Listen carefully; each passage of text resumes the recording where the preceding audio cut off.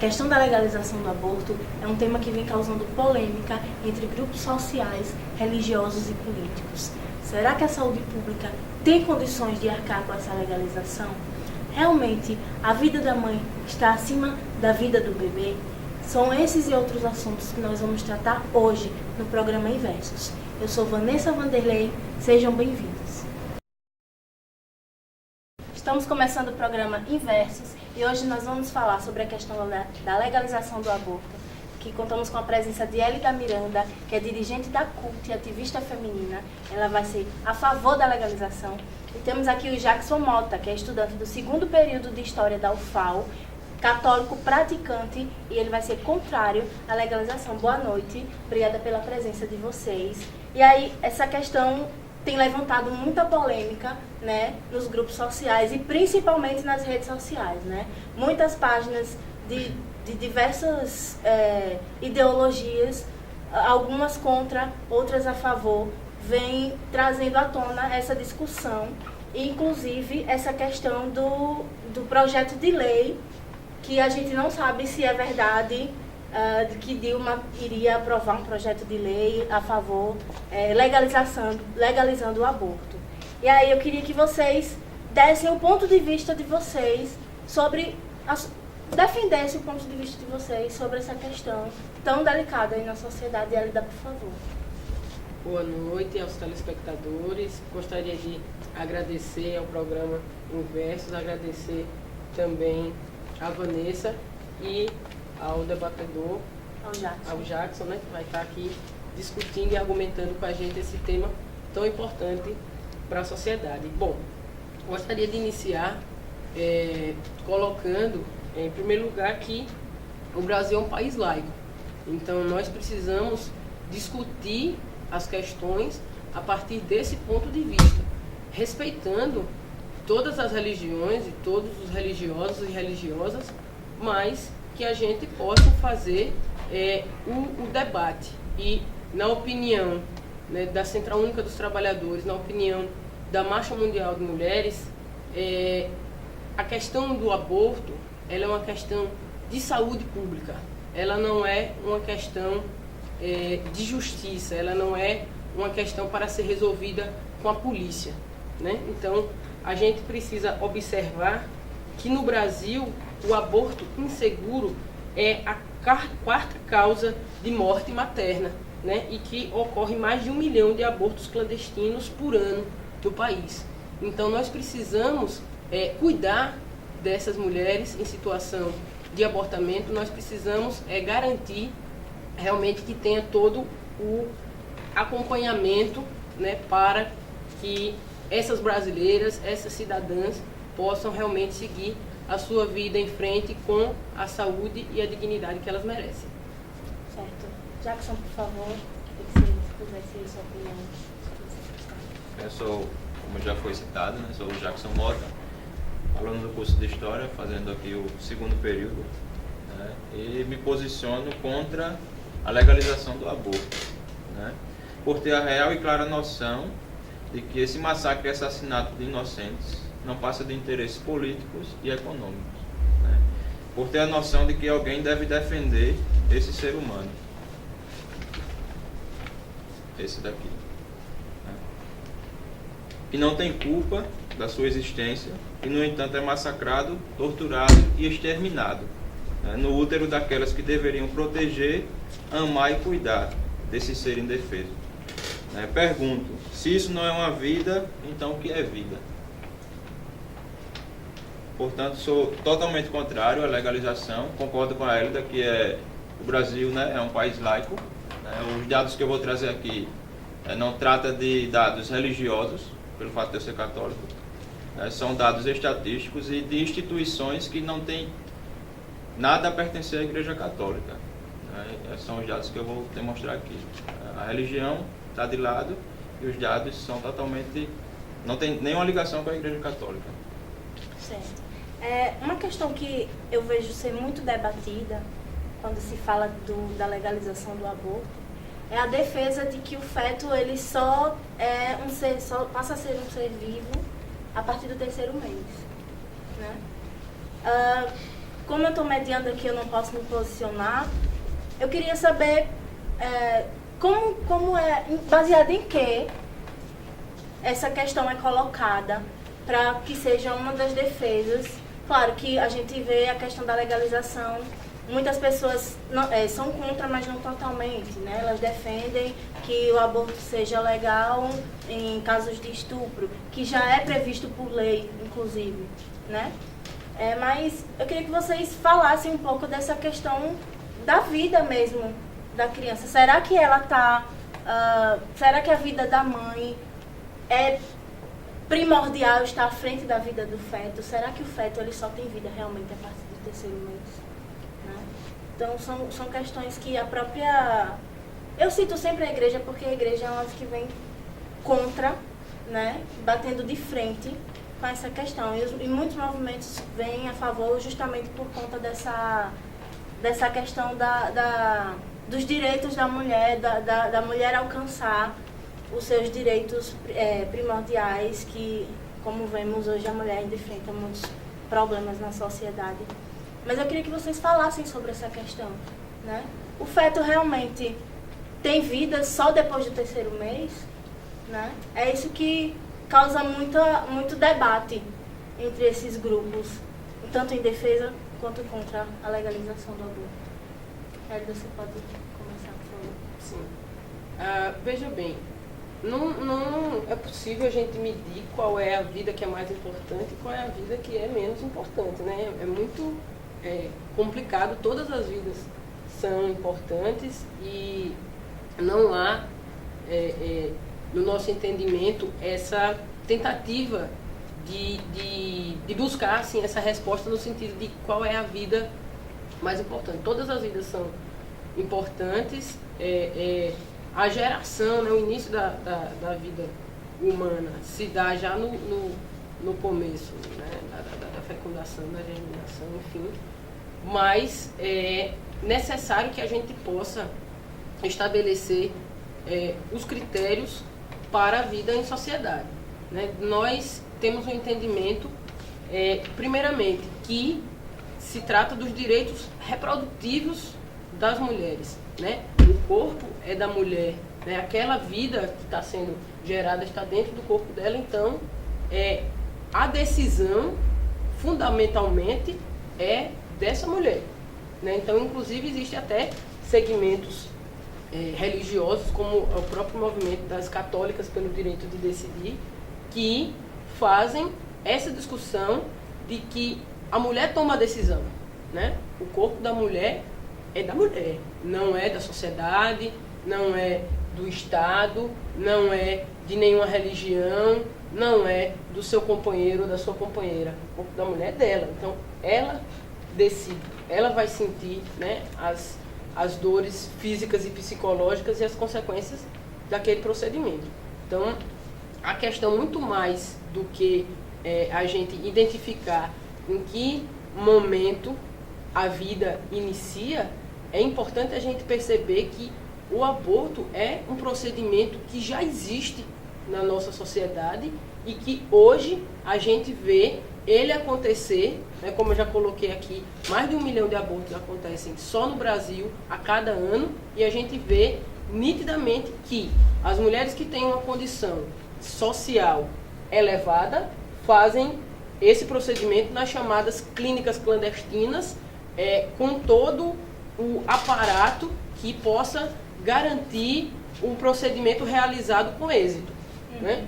E as mulheres, sem essa mesma condição financeira, acabam fazendo o procedimento de uma maneira totalmente sem a higiene, sem as condições necessárias, ou em casa, né, ou em lugares que a gente não pode nem chamar de clínicas, são verdadeiros açougues realmente, ou até mesmo iniciam o procedimento em casa de maneira quase que artesanal e chegam em situação de abortamento às unidades de saúde que negligenciam esse atendimento porque não tem uma legislação nítida que possa apontar de fato para como deve ser o atendimento e o encaminhamento naquela unidade de saúde, seja ela pública ou privada. Então, é necessário que a gente abra, sim, o debate da legalização do aborto na sociedade, porque, inclusive, o projeto de lei precisa passar amplamente pelos vários segmentos da sociedade,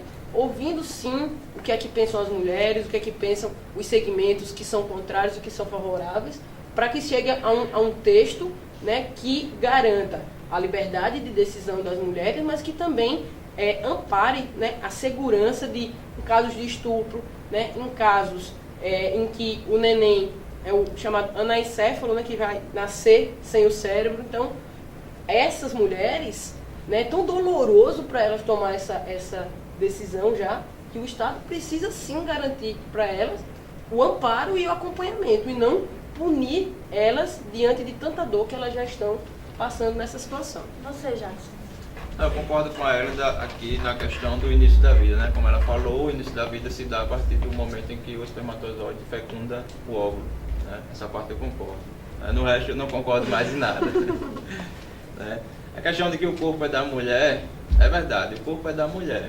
Então ela pode fazer com ele o que ela bem entender. Né? Quiser cortar seus pulsos, quiser arrancar seu pescoço, tudo que ela quiser fazer com o seu corpo, tudo certo. Mas a criança que ela está gerando no seu ventre, né, é independente do corpo da mulher. Né? A partir do momento que o espermatozoide fecunda o óvulo, né, ali, né, a partir daquele momento surge 46 cromossomos. Né, 23 do pai, 23 da mãe. Né? Ali vai definir a cor do cabelo, a cor dos olhos. Né? É um DNA novo, né? É um novo ser. Portanto, é um ser humano que não faz parte do corpo da mãe. Né? Faz parte do corpo da mãe, os braços, as pernas, a cabeça. Né? Isso faz parte do corpo dela, então ela pode fazer o que bem entender. Com a criança é diferente, porque é um novo ser. A questão que foi citada, né, das católicas pelo direito de decidir. Né? Que fique bem claro aqui que elas não fazem parte. A Igreja Católica Apostólica Romana é um movimento que, por sua ideologia, né, a favor do aborto, é excomungado automaticamente. Né? Eles são a parte da Igreja Católica. Né? Não tem comunhão nenhuma com a Igreja Católica e não pode falar em nome da Igreja Católica. A questão dos anencéfalos, como foi tratado, né? Não é questão dele nascer sem cérebro. Né? É uma criança que tem uma má formação no cérebro.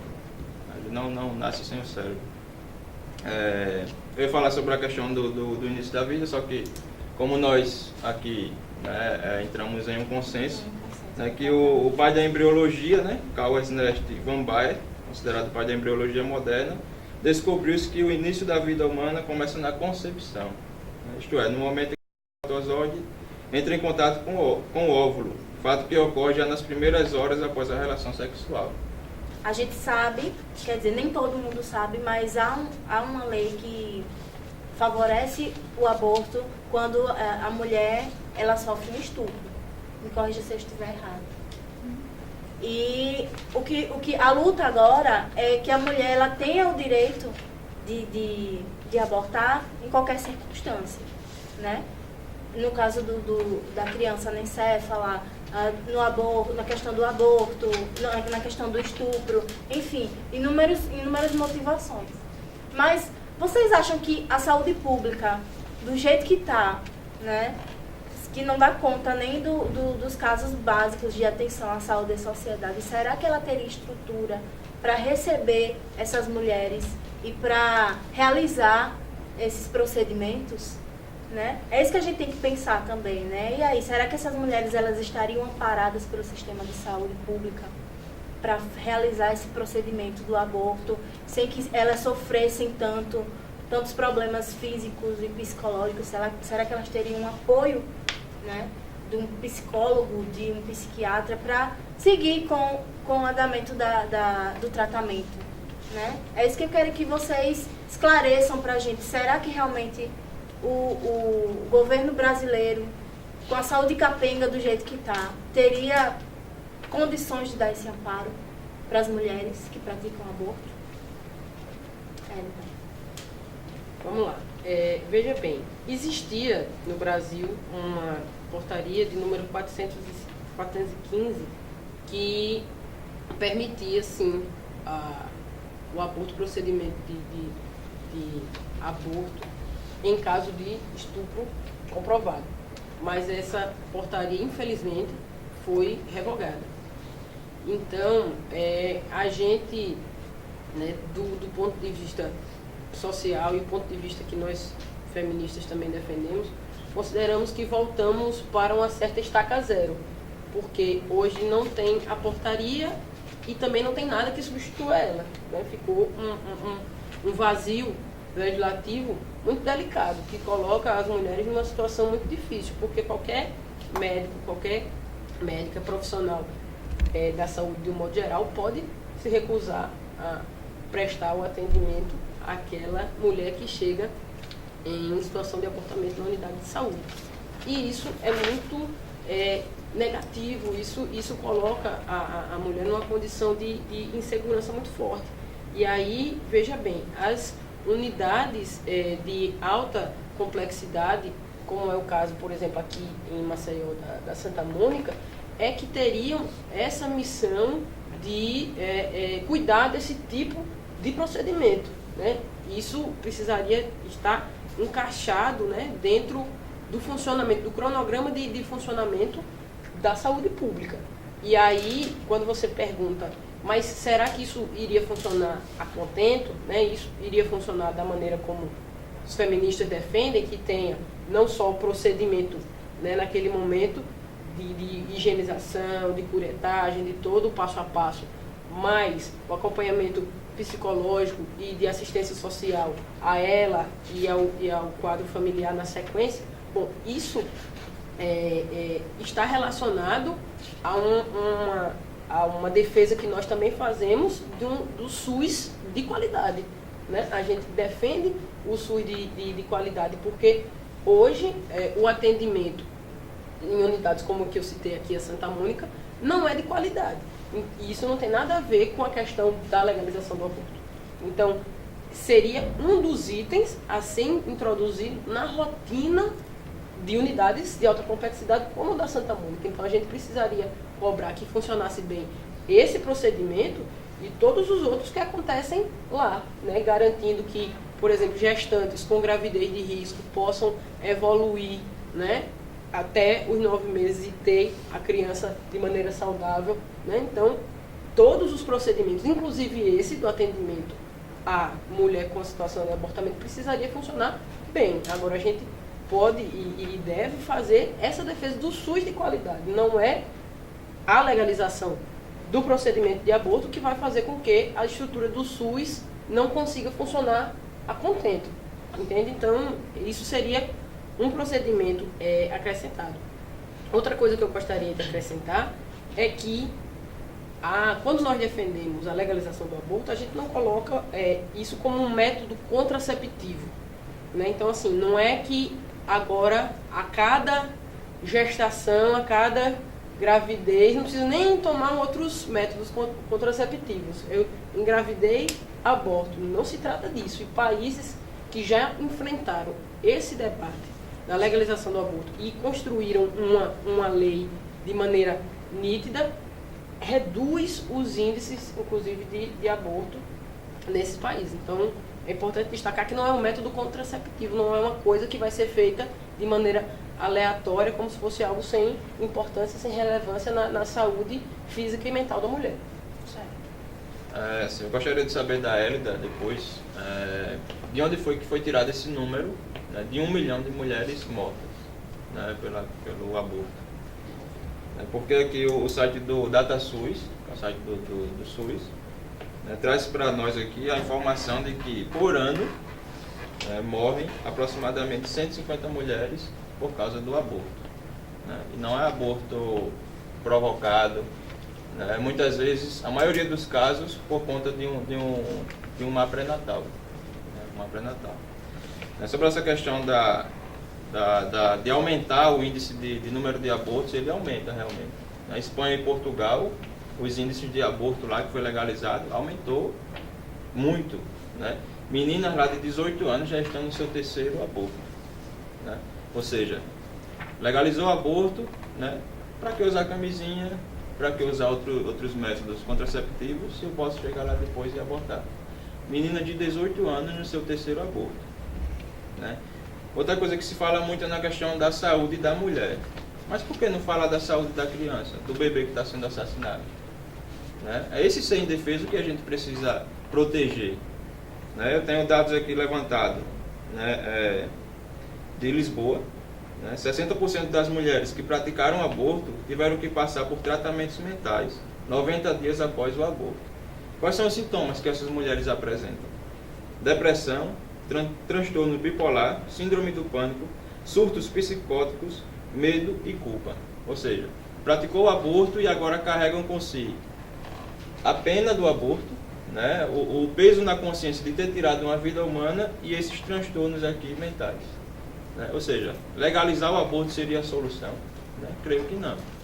Né? Outra coisa também que eu gostaria de falar um pouco a respeito de como surge essa questão da legalização do aborto. Né? Como ela chega até nós aqui nos dias de hoje. Porque o movimento feminista, quando ele não surge com essa ideia de legalização do aborto. Né? Ele surge com a ideia de direito ao voto, igualdade na questão masculina, né, poder trabalhar, essa questão aí. Essa questão do aborto é uma questão nova, né, começa mais ou menos da década de 80 aqui no Brasil para cá. Eu gostaria de falar um pouco sobre essa questão do início dessa legalização do aborto por parte dos movimentos feministas. Né. Como aluno de História, eu gostaria de explicar diretamente como surge essa ideologia do chamado controle de natalidade. Trata-se de organizações internacionais muito bem estruturadas e que atuam no financiamento de ONGs feministas que abraçem sua causa. Nada do que eu vou falar aqui trata-se de achismos, nem muito menos de fontes e pesquisas realizadas por grupos contra o aborto. Fiz questão de buscar fonte dentro das ONGs feministas para poder elaborar uma investigação muito bem documentada. Tudo tem início nos Estados Unidos, em 1916, quando Margaret Sanger abre sua primeira clínica para o controle de natalidade, com o slogan, né, os seres sãos devem procriar abundantemente, e os ineptos devem abster-se. Né? Outra frase dela é a seguinte: o controle dos nascimentos facilitará a criação de uma raça superior. Né? Também dizia, mais crianças dos capacitados, menos dos incapacitados. Né? Não existe nada mais racista do que e preconceituosa então, do que as frases dessa mulher. No caso das suas pesquisas, você poderia dizer que é uma questão de eugenia? Sim.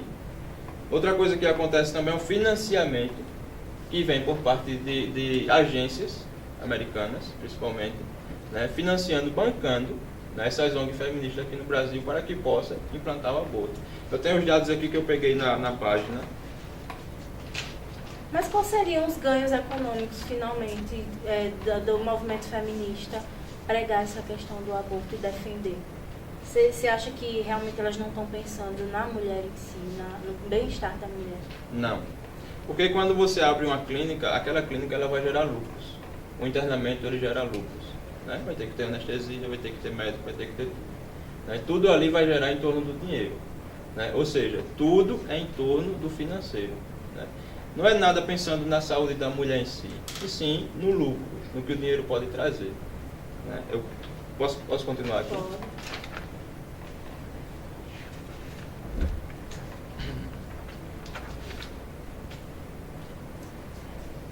Em 1952, né, com o auspício do multimilionário norte-americano John Rockefeller, fundem-se 8 associações de vários países e constituem em Londres a Federação Internacional de Paternidade Planejada, a IPPF, do qual a paternidade planificada norte-americana é uma de suas filiais nacionais. Né? O único apoio que a IPPF dá aos pobres é de impedir que eles tenham descendência. Né? E para isso vale de tudo, principalmente o aborto. Né? Eu vou trazer aqui também um relatório chamado Relatório Kissinger, né? Que foi feito nos Estados Unidos no ano de 1974. Né, pelo então secretário dos Estados Unidos, Henry Kissinger. O documento, conhecido como Relatório Kissinger, foi entregue pelo Conselho Nacional de Segurança dos Estados Unidos ao então presidente americano, Gerald Ford, né, e tem o nome Memorando de Estudo de Segurança Nacional 200. Implicações do crescimento populacional mundial para a segurança e os interesses ultramarinos dos Estados Unidos. Somente em 1989, a Casa Branca, né, desclassificou o documento, que agora é de domínio público. Neste relatório afirma-se que o crescimento da população mundial é uma ameaça para os Estados Unidos e que é preciso controlá-la por meios de anticoncepcionais, esterilização em massa, criação de uma nova mentalidade contra a família numerosa, investimento maciço de milhões de dólares em todo o mundo, né? O Brasil é um dos países no qual os Estados Unidos, né, investiu e investe ainda hoje para esse controle de natalidade. Por quê? Eles olham para esses países que estão crescendo e eles veem aquilo como uma ameaça. Eles querem controlar por meio de quê? Do controle de natalidade, né? A assistência para o controle populacional deve ser empregada principalmente nos países em desenvolvimento, né, de maior e mais rápido crescimento, onde os Estados Unidos têm interesses políticos estratégicos especiais. Estes países são Índia, Bangladesh, Paquistão, Nigéria, México, Indonésia, Filipinas, Tailândia, Egito, Turquia, Etiópia, Colômbia e o quê? Brasil. Está na página 14 e 15, no parágrafo 30 desse relatório, né? Várias citações que mostram como é que eles vão usar as mulheres, como é que eles vão, né, financiar as ONGs, como é que eles vão estar por trás de tudo. Tem nesse relatório, o relatório está disponível na internet, né? E o que nós vemos hoje é esse controle populacional, né, imperialista, onde as feministas, né, reclamam tanto do imperialismo americano, mas pelo meu ver, hoje, né, elas são vítimas desse imperialismo, propagam esse imperialismo e não sabem de onde vem. E voltamos daqui a pouco com a nossa conversa sobre a legalização do aborto. Até o próximo bloco. Voltamos com Hélida Miranda e Jackson Mota conversando sobre a legalização do aborto. Hélida, você não acha que esse estigma que há de certos grupos sobre essa questão da legalização do aborto é justamente por conta dessa briga que há entre grupos mais conservadores e grupos feministas? Sim, esse componente subjetivo da questão das religiosidades acaba dificultando a gente fazer esse debate no campo mais objetivo. E aí, destacando o que eu tinha colocado, que eu coloquei, mais de 1 milhão de abortos clandestinos são realizados por ano no Brasil. Não significa que 1 milhão de mulheres morrem, mas 1 milhão de abortos clandestinos são praticados no Brasil por ano. E estes abortos acontecem em clínicas clandestinas de alto padrão técnico ou em pequenos estabelecimentos que a gente não poderia nem mesmo chamar de clínica. Então, essa indústria, vamos dizer, da lucratividade a partir do aborto clandestino, ela já existe, né? E nós temos aqui informações, e essas informações que eu estou passando estão disponíveis no site da Marcha Mundial de Mulheres, né? www.marchammundialdemulheres.org.br, que agora mesmo, em dezembro do ano passado, foi fechado mais uma clínica clandestina de aborto no Rio de Janeiro. E são clínicas que fazem parte de redes que existem em vários estados e fecham a partir dessa batida policial, passado algum período, voltam a reabrir. Então, essa indústria do aborto clandestino, ela já existe e ela já lucra bastante. O que nós estamos defendendo é que exista uma legislação muito nítida e muito objetiva para que a gente possa proteger as mulheres e garantir o atendimento a elas. Então, essas patologias que o Jackson argumentou que ocorrem com as mulheres é porque não está legalizado o aborto, porque o aborto legalizado que nós defendemos no projeto de lei, sim, tem que estar previsto o atendimento psicológico, o atendimento de serviço social, né, para que essa mãe e essa família possa, sim, fazer uma discussão de planejamento de natalidade, quais são as condições financeiras daquela família criar, né, os seus filhos, as suas filhas. Esse debate de conjunto precisa acontecer, não é só o procedimento na hora que a mulher chega em situação de emergência, é preciso ser um conjunto. Toda a política pública de saúde, ela é um conjunto, por isso as interdisciplinaridades, por isso o programa Saúde da Família, por isso que cada setor, né, do atendimento hospitalar, ele é fundamental, não é só o procedimento e devolver a mulher para casa. né? Então, é necessário que isso também esteja contemplado no projeto de lei de legalização do aborto.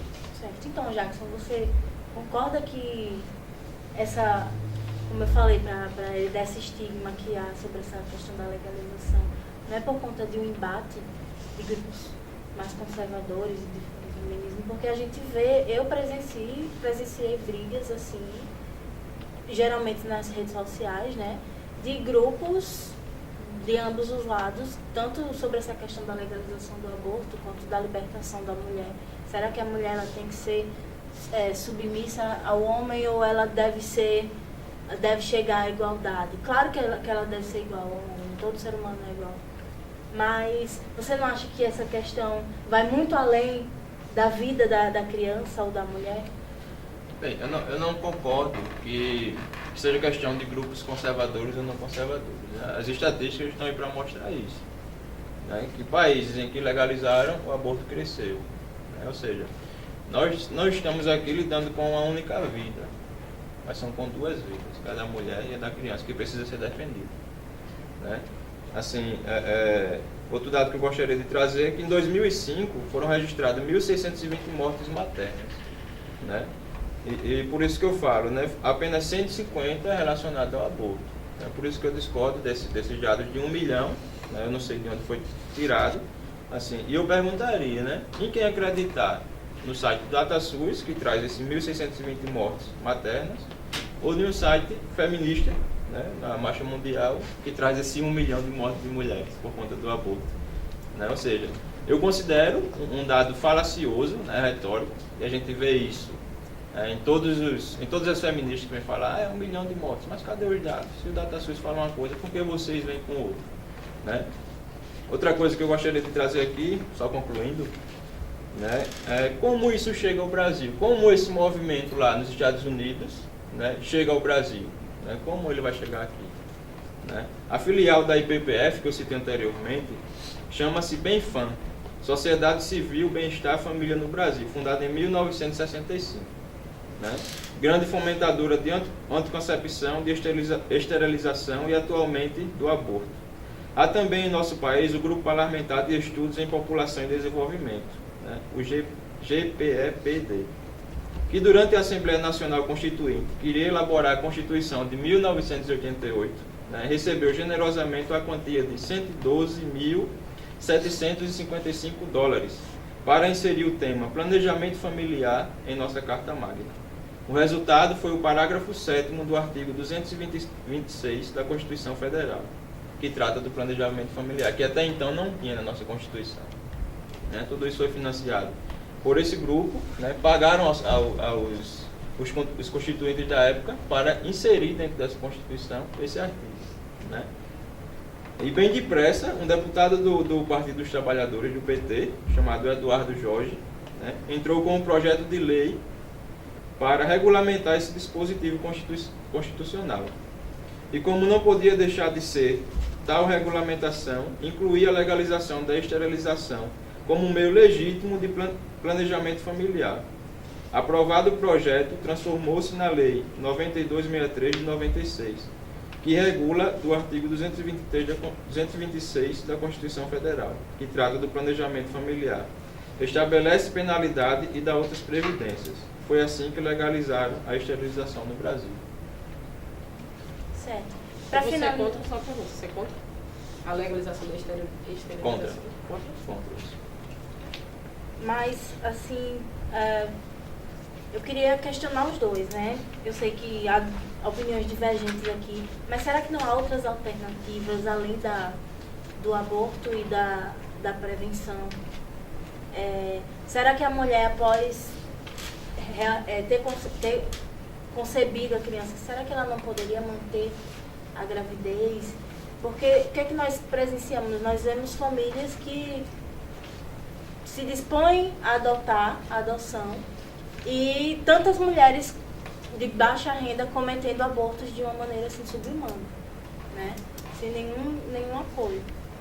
E será que não seria uma alternativa, né? Leis e menos burocracia para que as mulheres elas pudessem ter os seus filhos com saúde, com acompanhamento e que houvesse uma maneira mais fácil de haver o intermédio da adoção. Né? O que é que vocês pensam sobre essas alternativas? Desculpa, o que é que você falou? Não, porque só tem 3 pessoas. Aí... É porque o interessante seria assim. Uma pessoa fazer uma indagação para a Hélida, uma pessoa que fosse contra, e uma pessoa que fosse a favor fazer indagação para ele. Só que eu acho que vocês são contra. Todos 3. Né? Você pode repetir a pergunta, porque senão vai cortar. Como você me interrompeu, vai ficar ruim. Certo, eu vou repetir. Será que, falando sobre essa questão toda da legislação para que fosse mais viável a legalização do aborto, a gente pensa também que podem haver outras alternativas, né?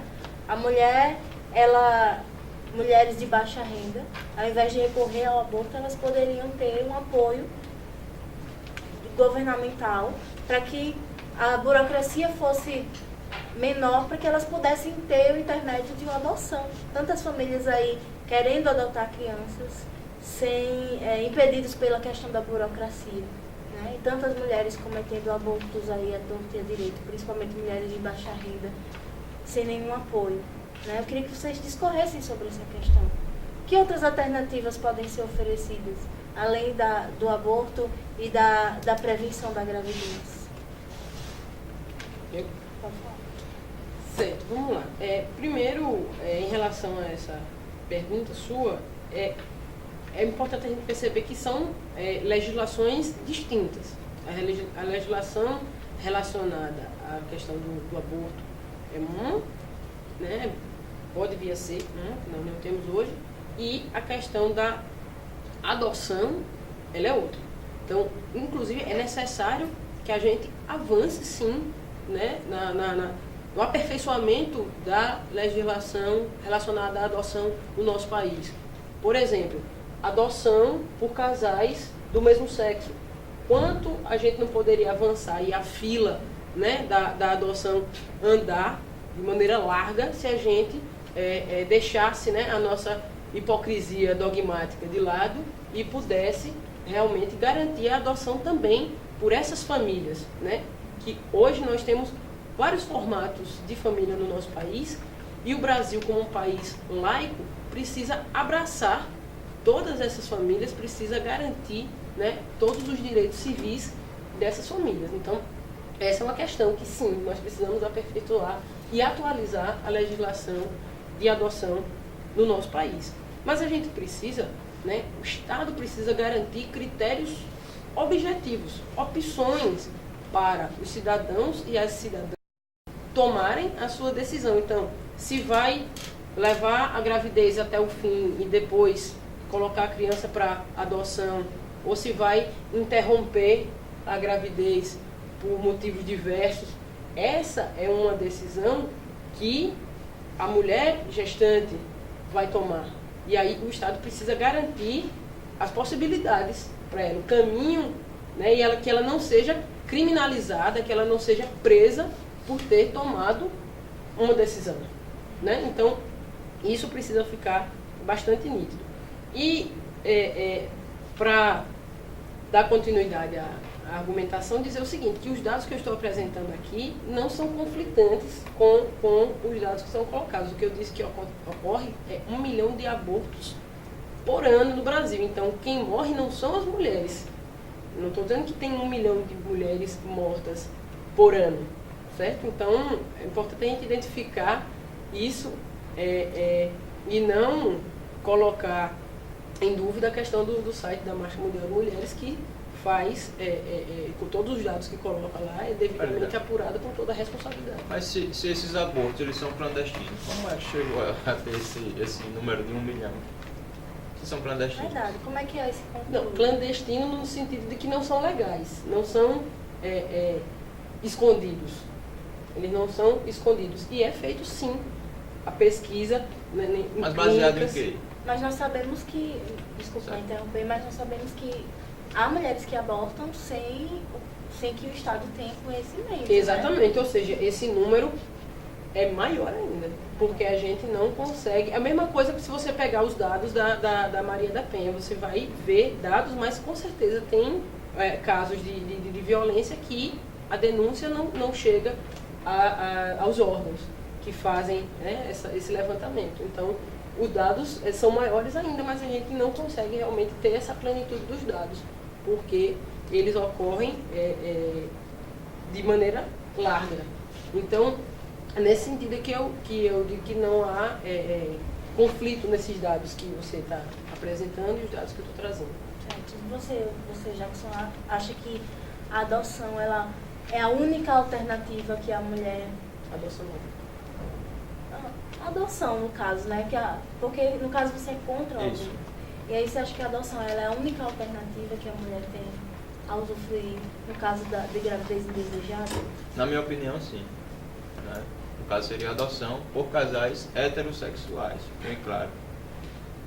Porque, se nós formos ver, é uma grande maioria de casais heterossexuais querendo adotar crianças. Né? E não De onde você considero... tirou esses dados? Existem mais heterossexuais do que homossexuais. É? Mas Com quais- certeza? Mas quais são... Mas de onde vem esses Mas dados? quais... Você olha a rua que você mora, você vai ver que nas casas está lá o marido e uma mulher, e não a maioria de homem com homem, mulher com mulher. Mas quais os pontos negativos que Não a tem adoção dados. por casais de mesmo sexo poderia trazer que não aconteceria com um casal heterossexual? Bem, isso Qual a primeiro diferença? que psicologicamente, né? Recentemente passou no Fantástico uma reportagem onde um par de homens, né, adotou lá uma criança, né, e eles estavam festejando, e a reportagem lá, coisa mais bela, dizendo que aquilo não ia influenciar no psicológico da criança. E a repórter vai e pergunta à criança, né, mas quem é sua mãe? Ela olha para os dois e diz, quem é minha mãe? Né, como isso não influencia na cabeça da criança? Né? Ela vê os dois ali, né, tendo, né, suas carícias e tudo mais, uma criança que não tem a sua mentalidade formada, como aquilo não vai influenciar na cabeça dela? Lógico que influencia. Né?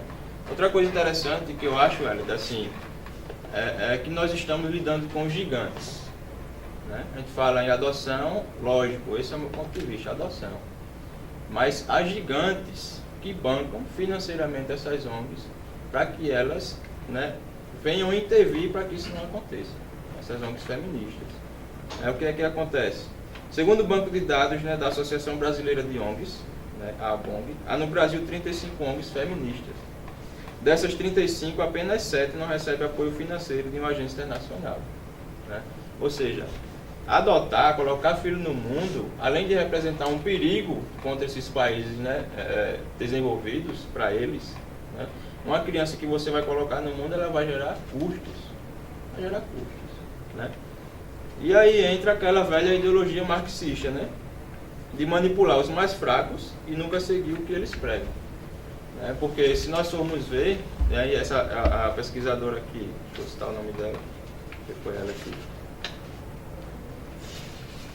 que fez a pesquisa.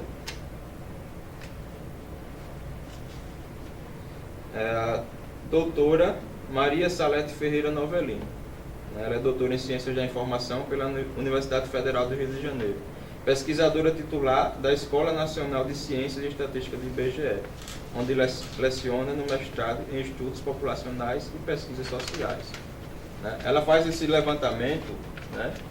E tudo isso aqui está disposto lá na página do Movimento Feminista. Né? E ao todo são 42 agências, 23 delas na Europa e 19 na América do Norte. Né? 9 estão na Alemanha, 6 na Inglaterra, 3 na Holanda, 2 na Suíça, 1 na Espanha e outra na Noruega. Né? E todas elas financiam isso aqui no Brasil. Né? Pagam para essas ONGs feministas para implantar essa mentalidade. Uma coisa que ela traz interessante é que essas ONGs feministas, todas elas estão ligadas às pessoas que são mais pobres. Né? Pessoas que são mais pobres. Os estudos mostram que as ONGs, né, são dirigidas em sua grande maioria por mulheres profissionais de classe média alta, com alto nível de escolaridade.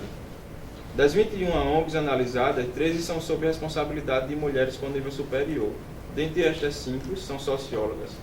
Todas as 21 ONGs analisadas recebem financiamento de agências internacionais. Ou seja, São pessoas que recebem dinheiro internacionalmente, almejam ficarem cada vez mais ricas, ludibriando os mais fracos. Né?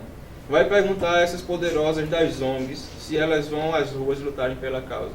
Não, lógico que não. Né? Estimula uma massa de manobra que não teve muita formação, ou as que tiveram foram formadas por pessoas com o mesmo objetivo, e todas vão à luta, enquanto as poderosas curtem férias em Miami, vivem com seus filhos e seus maridos sem nunca terem abortado, né? Pois os seus não representam ameaça para a sociedade. É isso que eu acho.